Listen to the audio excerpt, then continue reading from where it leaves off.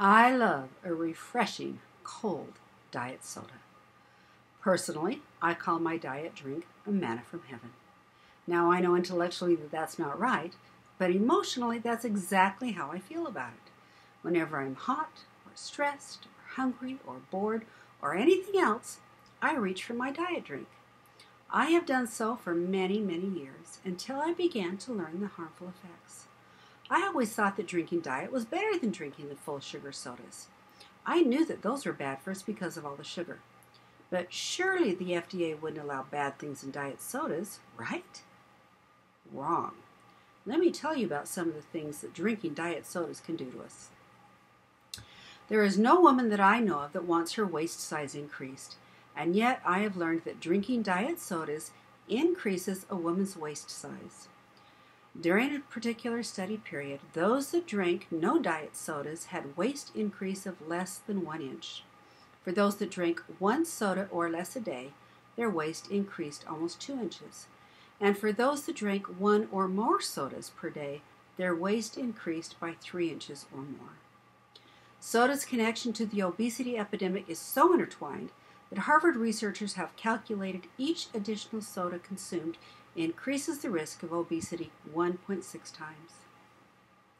The artificial sweeteners in diet drinks make us crave more and more sweets.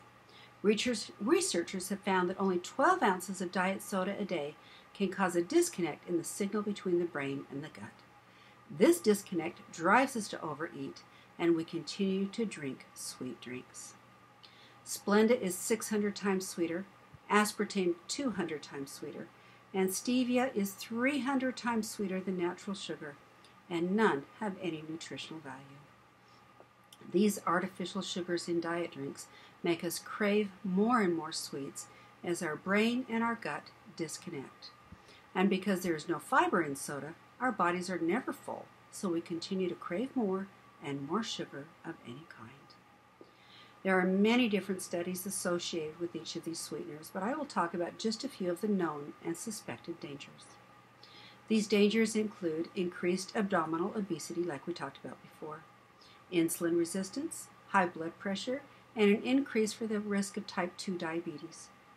Research is incomplete, but trending towards the possibility of increased heart attacks, strokes, seizures, multiple sclerosis, brain tumors, emotional disorders, and different cancers, all associated with artificial sugars.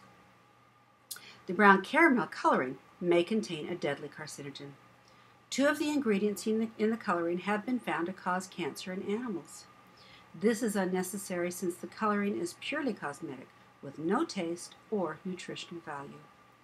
Just 16 micrograms of a substance called 4-methylamidazole is enough to pose a cancer threat, and most popular brown colas, both diet and regular, contain 200 micrograms per 20-ounce bottle. That in itself is enough to scare me to death, almost literally. An ingredient called bromated vegetable oil, or BVO, added to prevent the flavoring from separating from the drink, is an industrial chemical used as a flame retardant in plastics. It's also known to cause memory loss and nerve disorders when consumed in large quantities. Researchers suspect that the bromated flame retardants build up in body fat, possibly causing behavioral problems, infertility, and lesions on heart muscles over time. The caffeine in sodas is not only addictive, but it has been linked to certain cancers, breast lumps, irregular heartbeat, and high blood pressure. To make matters worse, even the aluminum cans that we drink from are lined with an epoxy resin with a name that I cannot pronounce, but abbreviated with BPA. This is used to keep the acid in the soda from reacting with the metal. BPA is known to interfere with hormones and is linked to infertility, obesity, and reproductive cancers. So what happens when we drink our sodas? Well, as soon as it is swallowed, the pancreas rapidly begins to create insulin in response to the sugar. Insulin is a hormone that the body uses to move sugar from food or drink into the bloodstream. There, the cells are able to use the sugar for energy. Within just 20 minutes, blood sugar levels spike, and the liver responds to the insulin by turning sugar into fat for storage.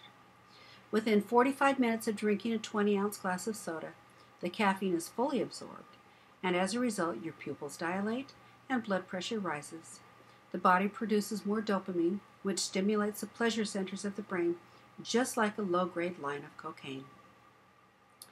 Within the hour, the body begins to experience blood sugar crash, which is around the same time a person reaches for their second soda or for another sweet sugar snack. So what can we do to alleviate all these terrible side effects of drinking diet sodas? The obvious choice is to stop drinking them, but that truly is easier said than done. We can easily become addicted to them either physically or emotionally. I know that when I'm stressed and I want to drink my manna, I don't know if it's the caffeine calling or the emotional need that I have at the time, but I know it's tough not to reach for a drink. One way to stop drinking is to go cold turkey. Basically, we stop drinking diet sodas one day and we never pick them up again. If it's the bubbly carbonation that we crave, we can drink the seltzer water or purchase a soda stream or similar carbonator.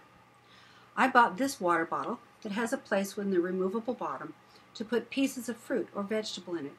You rotate the bottom and it emulsifies the fruit and allows tiny pieces and a lot of flavor into the water.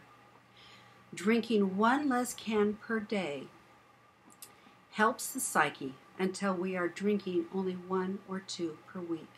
Then it's much easier to stop altogether. It helps us mentally and emotionally to get healthier bit by bit. Or you can drink a full glass of water before you drink your can of soda. If your thirst is not then satisfied, go ahead and drink your soda. And as you go on, you should lose that taste for soda and gain a taste for water.